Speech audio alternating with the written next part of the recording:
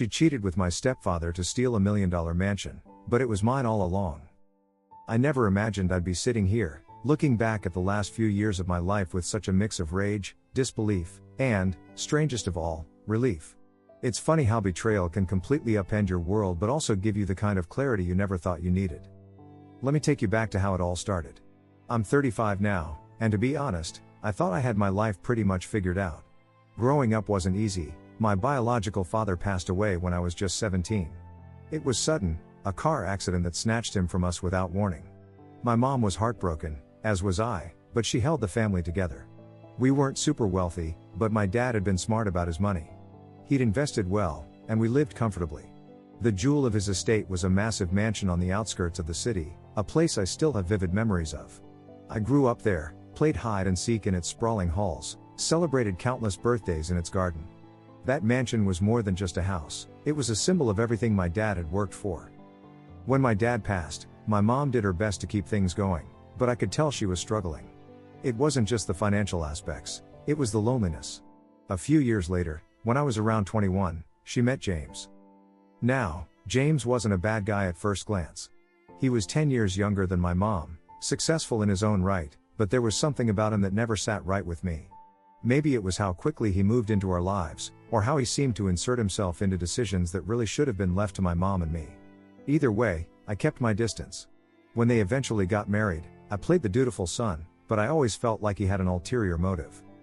To his credit, James never seemed overtly malicious. He took good care of my mom, or at least that's what I thought. But after her passing a few years ago, I started seeing cracks in the facade. Still, I tried to move on with my life. I had met Sarah a couple of years before my mom passed away. She was beautiful, smart, and had a way of making me feel like I was the only man in the world. We met through mutual friends at a holiday party, and things moved quickly from there. Within a year, we were married. Looking back, maybe it was too fast. But at the time, everything felt so right. Sarah came from a more modest background, which, at the time, I admired. I never wanted to be the kind of person who married someone based on status. Love was supposed to be enough, wasn't it? I could tell she was impressed by my family's estate and the money that came with it, but I never thought she was with me just for that. She wasn't materialistic, at least not outwardly. I was wrong. The first couple of years of our marriage were blissful. We traveled, enjoyed our time together, and had plans to start a family soon. But as time went on, something in Sarah changed. Or maybe I was too blind to see the warning signs from the beginning. She started talking more about money, not in an obvious way, but little comments here and there. We should renovate this, or we could probably sell the house for a lot if we wanted to move somewhere else. I brushed it off. People change over time, right? Maybe she was just trying to secure our future. But then things started to escalate. She became more secretive, always glued to her phone, and I could sense her pulling away. Whenever I asked her what was going on, she'd just shrug it off and say it was work. That was the first lie. I never had any reason to distrust her before, so I didn't press. That was my second mistake. Then came the day that changed everything. It was a Saturday afternoon, and Sarah had been on a work call for nearly 2 hours. I was getting annoyed because we had plans to visit some friends, and she kept delaying. Eventually, I got tired of waiting and decided to head downstairs to make a drink. As I passed her office door, I overheard something that stopped me dead in my tracks. She was talking to someone about the mansion. The words were muffled, but I heard her mention the estate and James. My heart raced. Why the hell was she talking to my stepfather about the estate? I moved closer, straining to hear more, but she was speaking too quietly.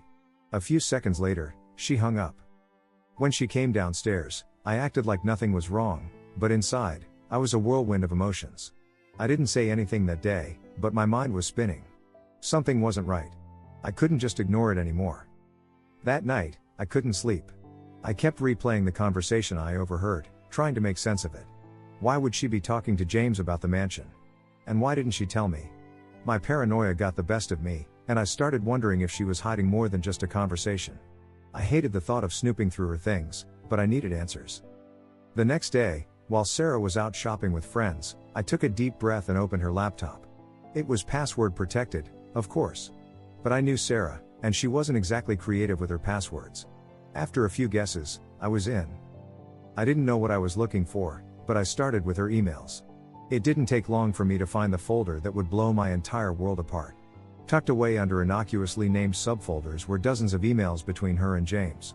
At first, they were casual, talking about family matters, but as I scrolled further back, the tone shifted. The emails became flirtatious, then downright intimate. I felt sick to my stomach as I read them. Sarah and James had been having an affair for nearly a year. They had kept it under wraps, playing their part so well that I never suspected a thing. But the worst part? They were plotting behind my back. One email in particular stood out to me. It was from James to Sarah, and it laid out their plan. Sarah was supposed to divorce me, claim a portion of the estate in the settlement, and then she and James would take what they deserved.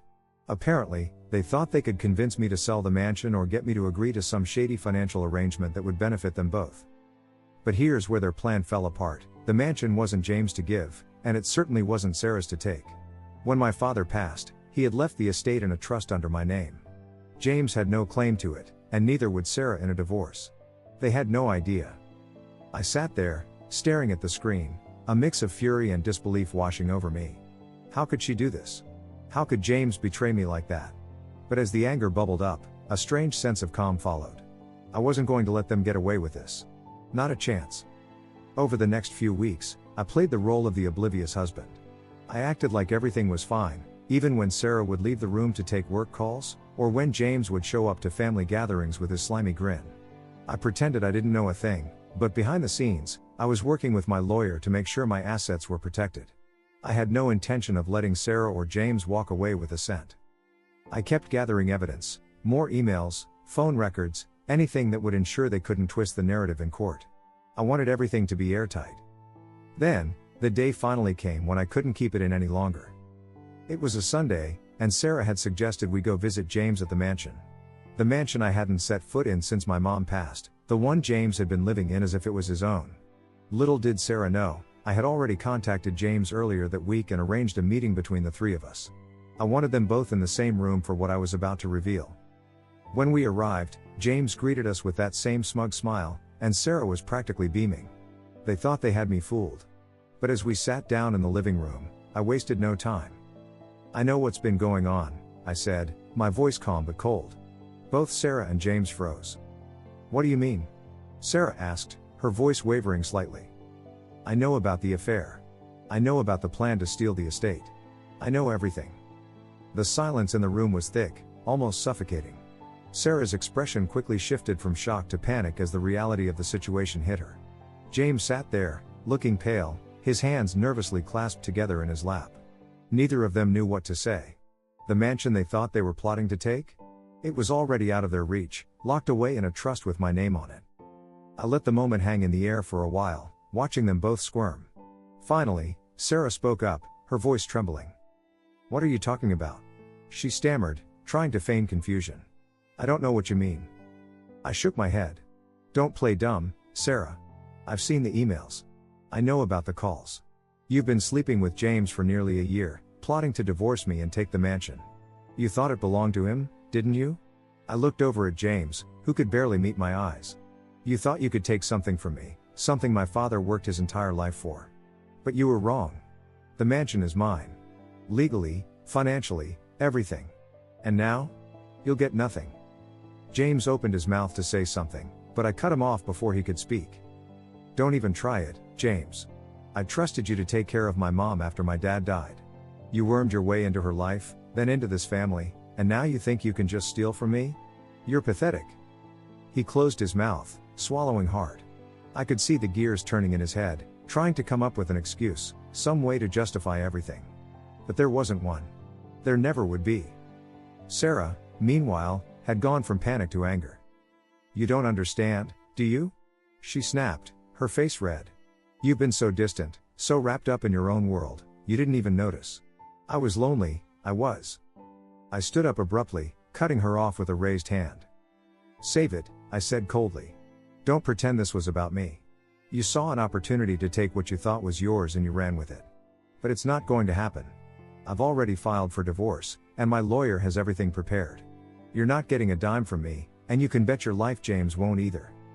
Sarah's face twisted in fury. "You can't do this," she shouted. "You don't get to just throw me out like I'm nothing." I shook my head again, this time with pity rather than anger. "That's exactly what I'm doing," I said quietly. You made your choices. Now you get to live with them. I turned to James, who had remained silent through Sarah's outburst. And as for you, I said, you're out of this family. I don't ever want to see or hear from you again. You can stay here for now, but as soon as I've sorted things out with my lawyer, you'll be out of this house, too. For a moment, James looked like he wanted to argue, but he must have realized there was no point. He slumped back in his chair, defeated. I didn't wait for their responses. I walked out of the mansion that day without looking back, the sound of Sarah's angry voice trailing off behind me as I slammed the front door. The drive home was quiet, and I finally allowed myself to breathe. In the following weeks, everything moved quickly. The divorce was processed, with Sarah's attempts to contest it falling flat. My lawyer had built an ironclad case, and all the evidence of her affair and scheming ensured she walked away with nothing. James, on the other hand, was forced to leave the mansion. His name wasn't on any of the legal documents, and he had no claim to the property. In the end, he got exactly what he deserved, nothing. Once the dust settled, I spent a lot of time reflecting on everything that had happened. It wasn't easy. Even though I was the one who came out on top, the emotional toll of betrayal weighed heavily on me. How had I been so blind? How had I let Sarah and James worm their way into my life like that? But over time, the anger and pain began to fade, and a strange sense of relief took its place. As much as it hurt to know that the people I loved had betrayed me, I was also free of them now. Free of their lies, their manipulation, their greed. I kept the mansion, of course. It was mine, not just in a legal sense, but in every way that mattered. It was the legacy my father left behind, and I wasn't going to let anyone take that from me. I moved in shortly after James left, and though it was strange at first, being in that big house all alone, it eventually started to feel like home again. I think my father would have been proud of how things turned out. He had always told me that family was everything, but he also taught me that trust is earned, not given. I had trusted the wrong people, but I had also learned from my mistakes. As for Sarah and James, I don't know where they ended up. I heard through mutual acquaintances that their relationship didn't last long after the divorce. Maybe the reality of their situation hit them, or maybe they just didn't want each other once the possibility of wealth was gone. Either way, it didn't matter to me anymore. I've moved on with my life, and though I'm not quite ready for another relationship yet, I'm getting there. For now, I'm focused on myself, on rebuilding the parts of my life that Sarah and James tried to tear down. And every day, when I walk through the halls of my father's mansion, I'm reminded of how far I've come. The betrayal cut deep, but in the end, it only made me stronger. I lost my wife and stepfather, but I gained something far more important, the knowledge that I could survive anything. And for that, I'm grateful. Thanks for watching, guys. If you enjoyed these Reddit stories, don't forget to like, subscribe, and hit that bell so you never miss an update. See you in the next one.